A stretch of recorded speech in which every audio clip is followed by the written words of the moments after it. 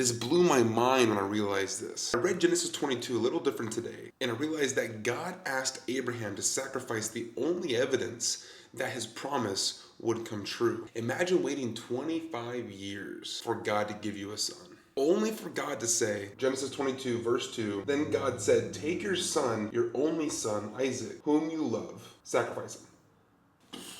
What? God promised Abraham descendants as numerous as the stars. He promised an entire nation would come through Isaac. So Abraham wasn't just being asked to place Isaac on the altar. He was being asked to place the very promise of God on the altar. Now imagine the journey. For 3 days, Abraham is walking with Isaac, knowing, believing that he's going to sacrifice his son. These are his last moments. For 3 days, he heard Isaac talking. For 3 days, Abraham watched his son Isaac carry the very wood that would be used for his own sacrifice. Just imagine Isaac's there and he's like, Dad, we have the fire, we have the wood, but where's the lamb?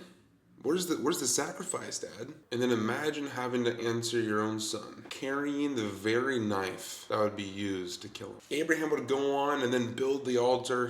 He would arrange the wood, and then he would eventually bound Isaac to this altar he built. Abraham grabs the knife, he raises it above his head, and he goes to sacrifice his son. I mean, think about what would happen to the descendants. What would happen to the nation? What would happen to everything God had promised Abraham? See, it was in that moment where obedience seemed to threaten the very promise of God.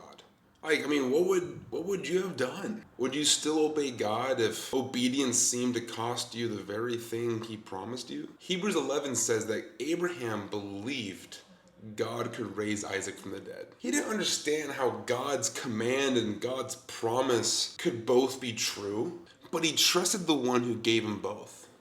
And just before the knife fell, God would stop Abraham.